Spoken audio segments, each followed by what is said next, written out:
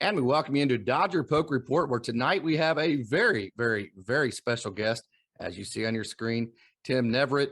He is play-by-play for the Dodgers, the author of COVID Curveball. So, Tim, I want to thank you so much for coming in on Dodger Poke Report. My pleasure. It really is nice for you to have me on. And as we get closer to what we hope is the beginning of spring training, I know that we're in February, and that's kind of the time people start thinking about baseball. So, like you, I've got my fingers crossed, hoping that everything will start on time. Yeah, no doubt about it. And as you can see behind you in that poster, COVID Curveball is a book that you wrote. Yeah, there it is right there. A book that you wrote, and it is about the absolute mayhem that 2020 created basically for everybody. You know, I've talked to several minor league players, some major league players, some of their amazing stories of what they had to go through in 2020 just to work out. And I know you wrote this book. What an awesome deal to let all the fans know just exactly what all had to go on to make 2020 happen for baseball. So talk about your book, COVID Curveball. Yeah, not just that, but to go all the way to the World Series and win it, what the Dodgers had to do and what they may have done differently than other teams and what we had to do to get broadcasts on. And I wrote the book in real time, so it was like a diary, really. It was day to day.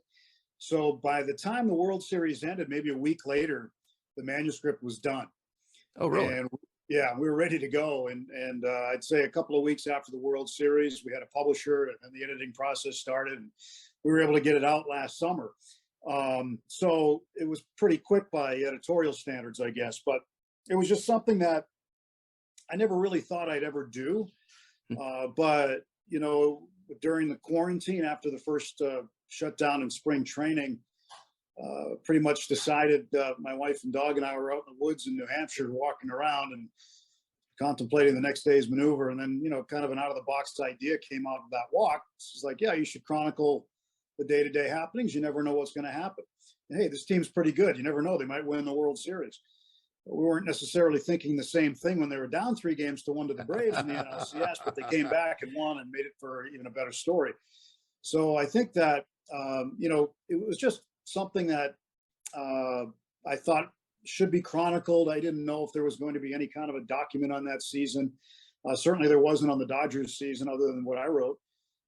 But you know, it's been interesting. It's been an interesting ride, and met a lot of interesting people because of the book. And, you know, I'm doing an event tomorrow, the Sabre Day, Society of American Baseball Research is having me speak tomorrow about the book. And a lot of those folks I haven't met yet. So that's kind of a nice deal that's come out of it. But it was just something that I thought I would do each and every day. And I didn't tell anybody about it either. I kept it secret from everybody I worked with.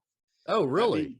I mean, yeah, everybody. I didn't tell a soul because A, I didn't know if it get published. B, I didn't want them to act any differently around me.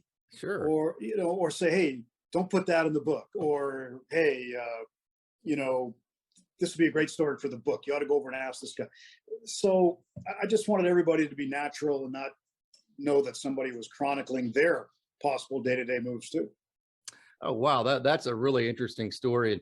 And I know you're very happy with the foreword that Orel Hershiser wrote in the book. So talk about that a little bit, if you don't mind. Yeah, Orel did a great job with it. In fact, when the foreword was submitted to the editor at the publishing company, this person read through it. He said he's never read a more thorough and interesting foreword for a sports book. And it was neat because he takes you from the moment he recorded the last out, just before then, actually, in the '88 World Series, what he was thinking, because there was a moment on the mound where he stepped back and like took it all in. You know, he knew that he was on the cusp.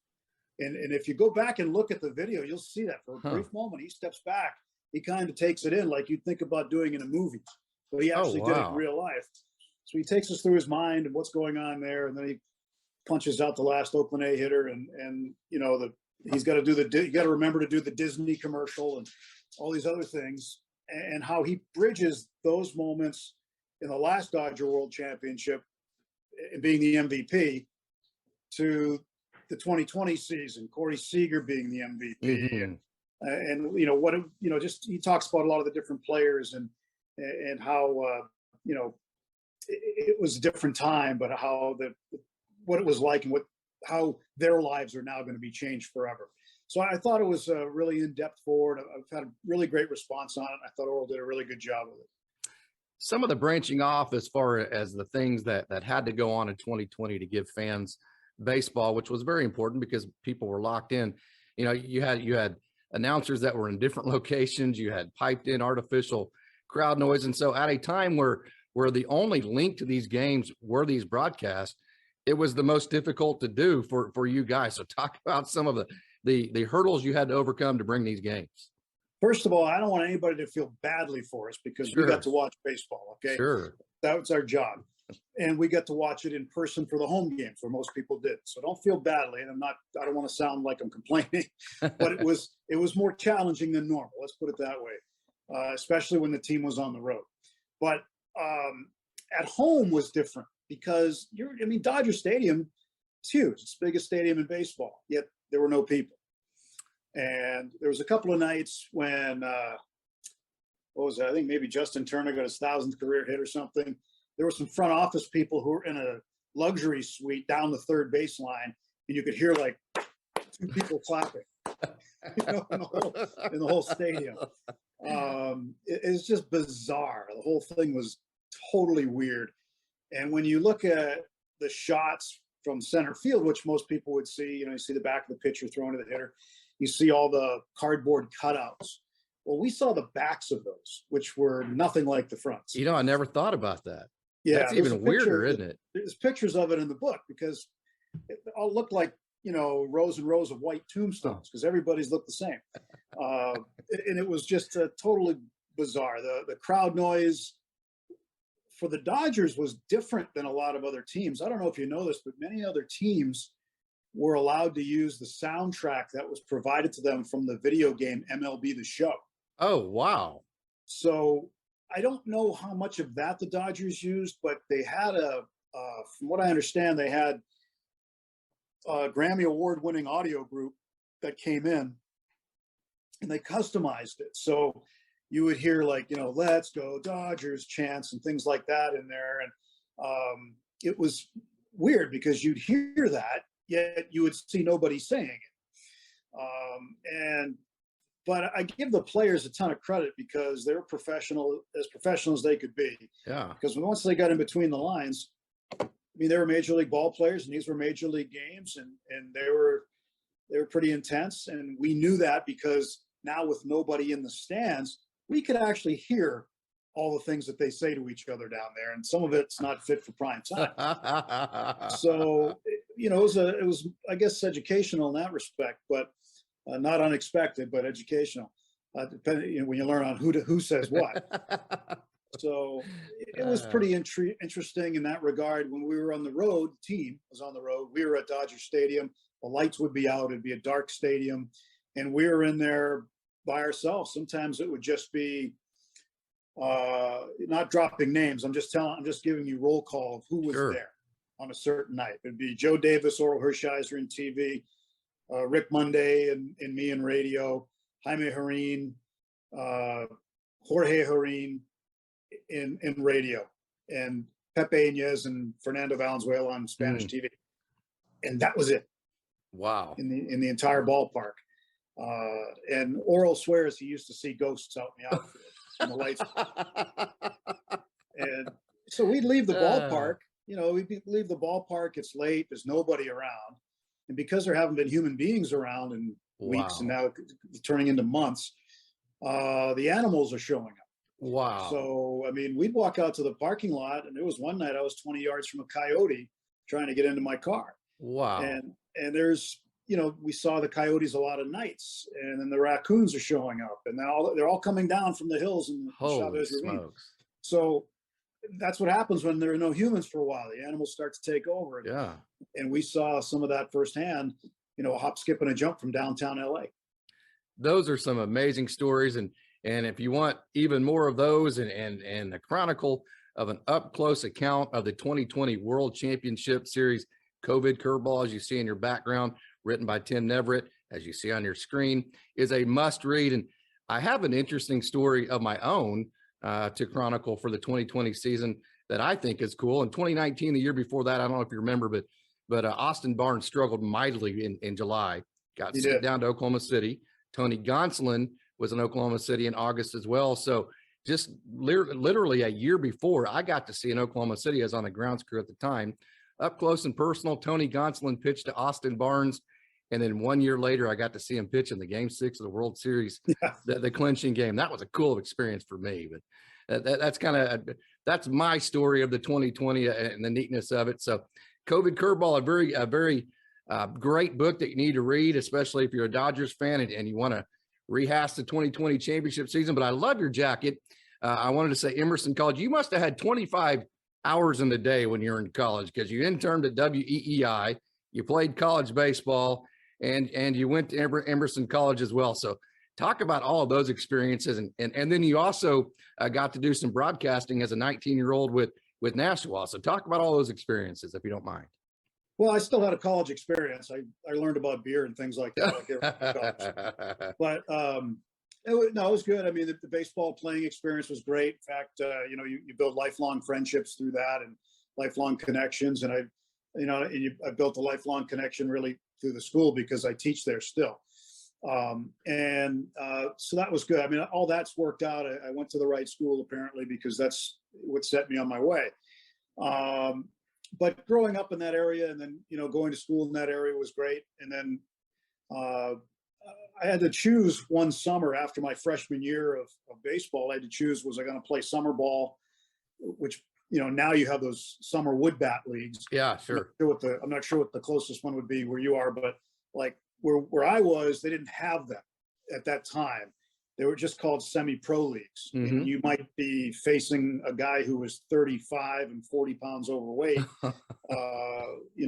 pitching to you, who last played in a competitive, you don't know. It's not the competition's weird. It was different, but that's all we had at that time.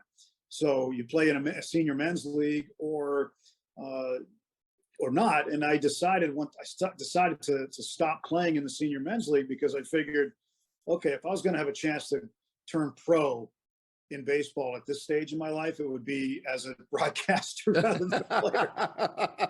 And my college coach used to tell all of us, not a single one of you is going to the big leagues unless it's as an announcer.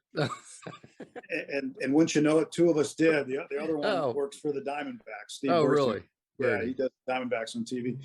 But so, college was great. It was a great experience, but it kind of, got me into a mode where I kind of knew what I wanted to do and knew what I needed to do to get there, and just kept my head down and grinded away, and ended up where I wanted to be ultimately. Well, you talk about grinding away, and we talk about with players, going step by step from low A to high A to double A to triple A, and hopefully eventually the major leagues. You very much so did that as a broadcaster. I mean, you went step by step. You've worked, I think I counted 9 different sports, 4 different Olympics. You've been a studio host. You've been a play-by-play guy. You've worked all across the country. So you really paid your dues in the broadcasting industry. So talk about some of the dues that you paid to get where you're at. Well, it was either that or don't eat. So no, you just try to find the next opportunity, and you're looking for that next yes.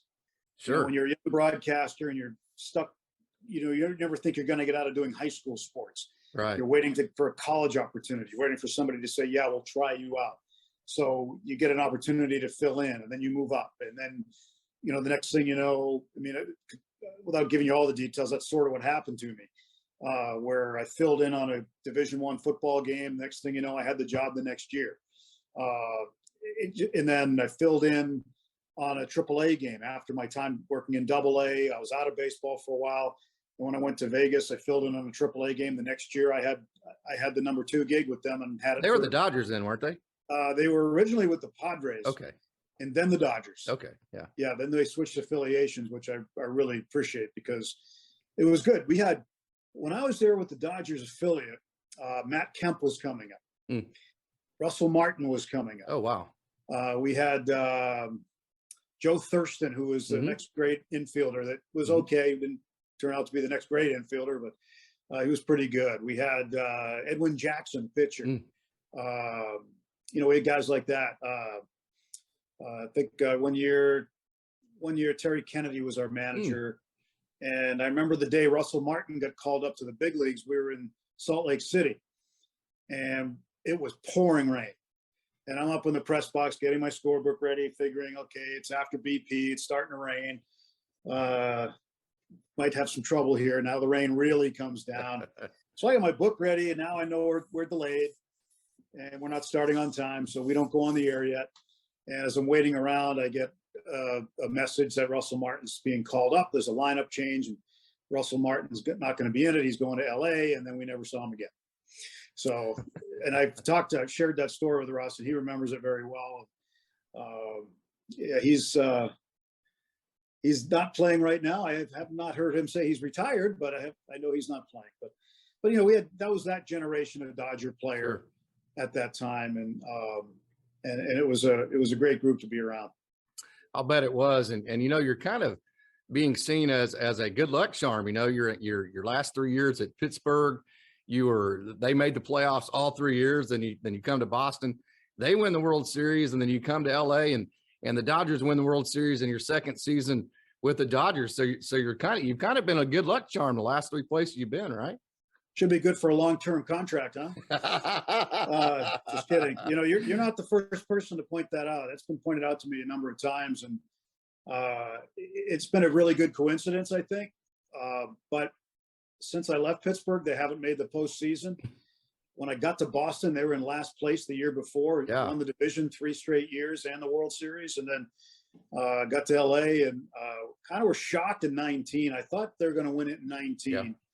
The Nationals just happened to be playing a little better at that particular time, and timing's everything.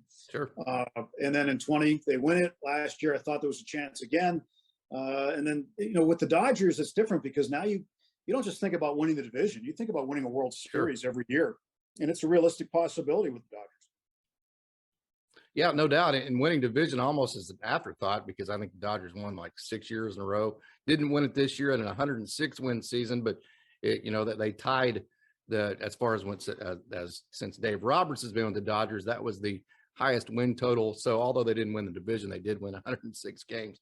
But you've worked with some great people, and we mentioned in 2018 that the Red Sox won the World Series, and then you came to the Dodgers. Was there any weirdness there as far as because I don't want to mention who the Red Sox beat, but was there any kind of weirdness there going for Red Sox? Yeah, no, there really wasn't. There was one day. There was one day in April. It was like mid-April, and I get a call from my boss, and I haven't left my apartment yet to go to the park. He goes, "Are you coming over?" I said, "Yeah, I'm coming over." He goes, "Yeah, somebody's here wants to see you. Make sure you come by when you get here." I'm like, "Okay." I didn't think anything of it, so I get there, and it's one of the owners of the Red Sox, and he had my World Series ring, and so he had mine and Joe Kelly's. Wow. It was pretty cool. And I spent about an hour with him, Tom Werner. And so I had this World Series ring with me. I had to carry around for the rest of the night. So all the Dodger people are like, "Oh, let me see. And I kind of felt sheepish showing them, but that was weird. But the truth of the matter is that I sort of knew that something was going on anyway during the World Series, but we didn't talk.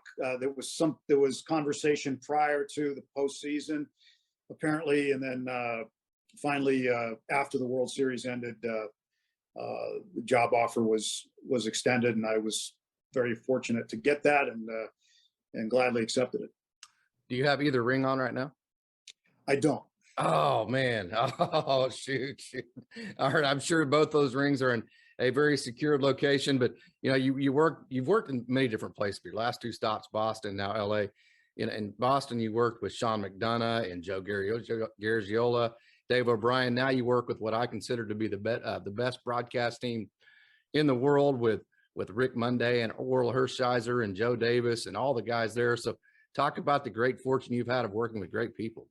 Yeah, it's great. I mean, I jump in the TV booth with Orel Hershiser and occasionally with Nomar Garciaparra, and those guys were trained at the top. They were trained at ESPN. They were doing national games for a number of years before they came back home, I guess you could say.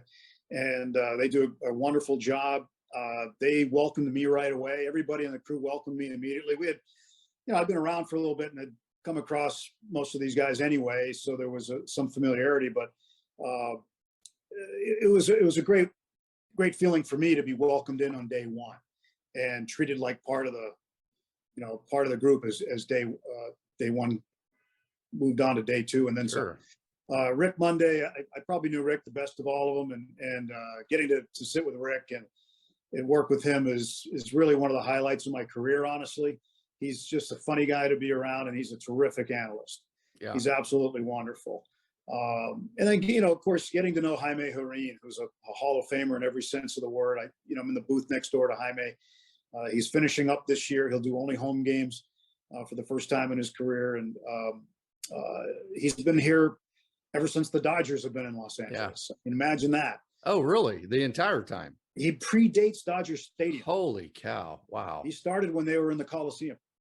Wow. So he's a wonderful, wonderful man, and Hall of Famer in every sense of the word. So, I'm just fortunate I get to work with all these people and the production people behind the scenes and things like that really make it happen. Just part of a good group, but consider myself pretty lucky. Yeah, and we talked about this just a minute ago, but it's kind of interesting because really there's no news as far as the lockout goes that anybody really has access to. But do you have anything to add to the lockout news? I just hope they get something done. I know that it's not an easy job. Neither side has an easy job, but I just hope they can get something done. I really do. All right. The COVID curveball, let's go back over that. That's in the background there. You see on the poster. I have ordered mine. You can go on Amazon, but talk about COVID curveball one last time, where you can buy it, how you can purchase it, and what you would like people to see do with it. Yeah, easy way to do it. You go on Amazon, one-stop shopping. You can get a hardcover Kindle or an audiobook there. It's on audible.com. If you want a signed or personalized copy, you can actually just DM me, just direct message me on Twitter, Instagram, or Facebook. And we have a way where, I'll sign it, personalize it, and ship it directly to you. So, I'll have details if anybody wants a signed, personalized copy. We can get that done too. But those are the ways to get them done. Occasionally, we'll offer those on social media as well in lieu of book signings. We've had very few book signings only because of the fact that, COVID has forced bookstores into not having, which is kind of ironic, a book off COVID Curveball. You can't get them. I can't sign them in a bookstore. But I do have a private signing coming up for the Oklahoma City Dodgers coming up at the end of the month for their charitable organization. I'll be in there for a couple of hours one day, and I'm going to sign, I think, 100 of them. It's for people who donate to the charity. They get a signed book as well as some other benefits. So that's something that's coming up. So if you're interested in that, you can just contact Carol in the Oklahoma City Dodgers front office about Dodgers charities. Tim, this has been a great pleasure for me to get to meet you, to get to talk to you. So I greatly thank you for coming on Dodger Poke Report. I wish you the best of luck. And once again, thank you so much for coming on Dodger Poke Report. My pleasure. Anytime. Good to talk to you, Casey.